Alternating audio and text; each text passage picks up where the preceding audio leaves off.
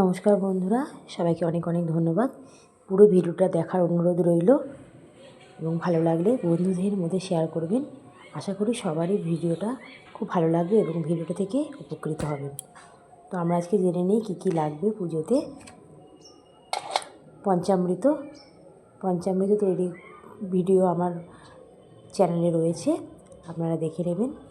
পঞ্চামৃত এছাড়া নিয়েছি ধূপ, মোমবাতি, দেশলাই, সিদ্ধি, কলকে, পঞ্চশস্য, কালো তিল।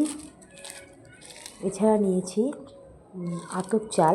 আতপ চালটা একদম গোটা ফ্রেশ, একটা যেন ভাঙা না থাকে এটা দেখবেন, মানে অর্ধভাঙা আতপ চাল শিব ঠাকুরকে নিবেদন করতে নেই। এবং মিষ্টান্ন রয়েছে, সাথে 5 ফল এবং রয়েছে বেল ভোলানাথের খুবই পছন্দের।